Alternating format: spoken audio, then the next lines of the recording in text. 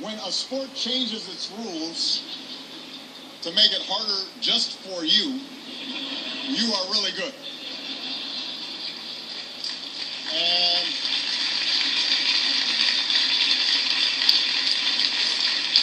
And yet, despite the rule change, he was still the sport's most unstoppable force.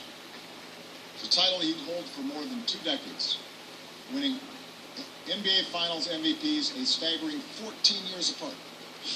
Bless him. And as a surprisingly similar-looking co-pilot, Roger Murdoch once said in the movie Airplane. I mean, we've got some great actors here. Space Jam, Airplane. He did it all while dragging Walton and Lanier up and down the court for 48 minutes. But the reason we honor Kareem is more than just a pair of goggles and the skyhook. He stood up for his Muslim faith when it wasn't easy and it wasn't popular. He's as comfortable sparring with Bruce Lee as he is advocating on Capitol Hill or writing with extraordinary eloquence about patriotism. Physically, intellectually, spiritually, Kareem is one of a kind, an American who illuminates both our most basic freedoms and our highest aspirations. When he was 5 years old, Michael Jordan nearly cut off his big toe with an axe. Back then, his handles needed a little work. But think, if things had gone differently, Air Jordans might never have taken flight. I mean, you don't want to buy a shoe with like one toe missing. We may never have seen him switch hands in midair against the Lakers, or drop 63 in the Garden, or gut it out in the flu game, or hit the shot 3 different times over Georgetown, over Elo, over Russell. We might not have seen him take on Larry Bird in horse, or lift up the sport globally along with the Dream Team.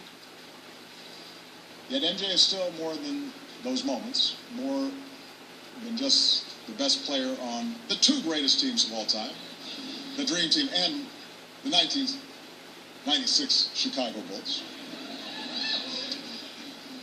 He's more than just a logo, more than just an internet meme.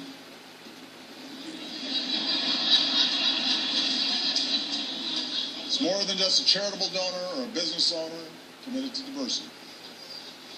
There is a reason you call somebody the Michael Jordan of. Michael Jordan of neurosurgery, or the Michael Jordan of rabbis, or the Michael Jordan of outrigger canoeing. They know what you're talking about. Because Michael Jordan is the Michael Jordan of greatness. He is the definition of somebody so good at what they do that everybody recognizes. That's pretty rare. As a child, Diana Ross loved singing and dancing for family friends, but not for free. She was smart enough to pass the hat. And later in Detroit's Brewster housing projects, she met Mary Wilson and Florence Ballard. The neighbor, Smokey Robinson, put them in front of Berry Gordy, and the rest was magic, music history.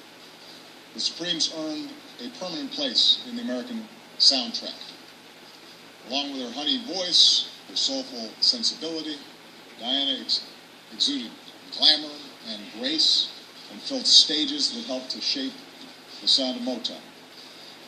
On top of becoming one of the most successful recording artists of all time, raised 5 kids, somehow found time to earn an Oscar nomination for acting. Today, from the hip-hop that samples her, to the young singers who've been inspired by her, to the audiences that still cannot get enough of her, Diana Ross's influence is inescapable as ever.